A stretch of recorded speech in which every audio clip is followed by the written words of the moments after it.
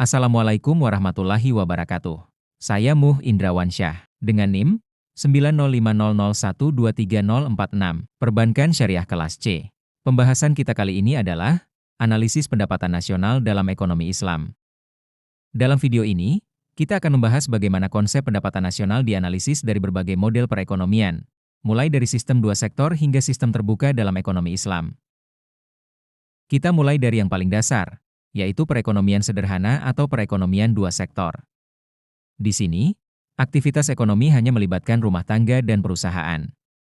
Rumah tangga menyediakan faktor produksi, sementara perusahaan memproduksi barang dan jasa. Pendapatan nasional dihitung dari nilai total produksi barang dan jasa dalam periode tertentu.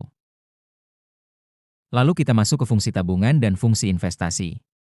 Dalam sistem ekonomi Islam, tabungan dan investasi harus terbebas dari unsur riba. Tabungan diarahkan pada investasi produktif berbasis kemitraan seperti mudharabah dan musyarakah.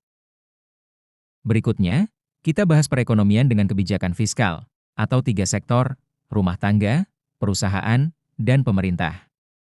Dalam ekonomi Islam, pemerintah berperan penting dalam distribusi kekayaan yang adil, salah satunya melalui instrumen zakat, pajak yang sesuai syariah, dan subsidi untuk sektor yang membutuhkan. Selanjutnya adalah perekonomian terbuka atau empat sektor, dengan tambahan sektor luar negeri.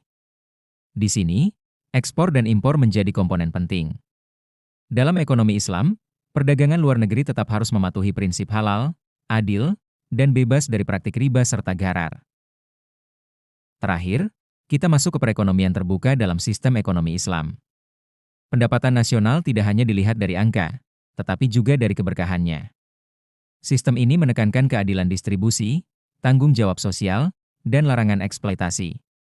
Dengan memahami berbagai model perekonomian ini, kita bisa melihat bahwa ekonomi Islam tidak hanya fokus pada pertumbuhan, tapi juga pada keadilan dan keseimbangan. Wassalamualaikum warahmatullahi wabarakatuh.